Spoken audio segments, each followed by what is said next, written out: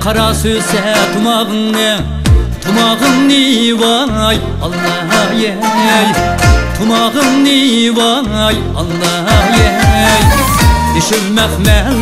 Dişilmek melde taşlaymen vay Allah yey. Dişilmek melde taşlaymen vay Allah yey. Sınımdek cur hanım ne vay Allah yey. Ey Allah yey. Eziz canımda saklaymen vay Allah yey. Eziz canımda saklaymen vay Allah yey.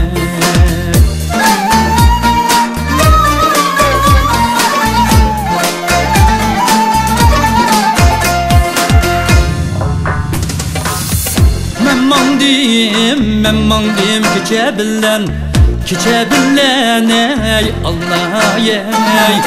Kiçe billen ey Allah yey. İriknim içi billen vay Allah yey. İriknim içi billen vay Allah yey.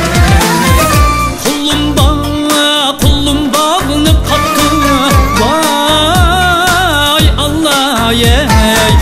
Ey Allah yey.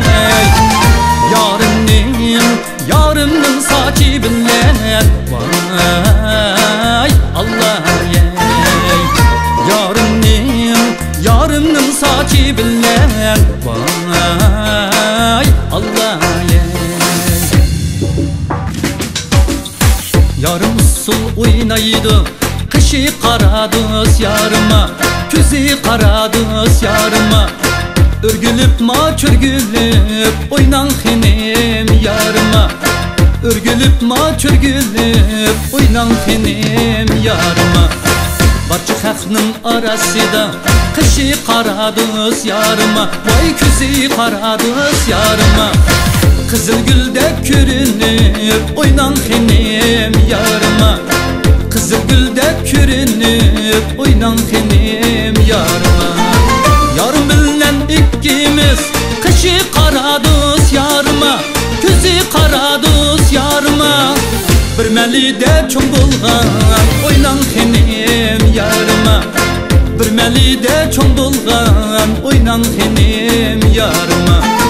Başta verdiğimiz şunda kışı karadız yarıma, küzü karadız yarıma. Ayrılmazqa dost bulgan oynan henim yarıma.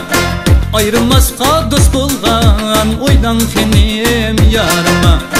Ayrılmazqa dost bulgan oynan henim yarıma.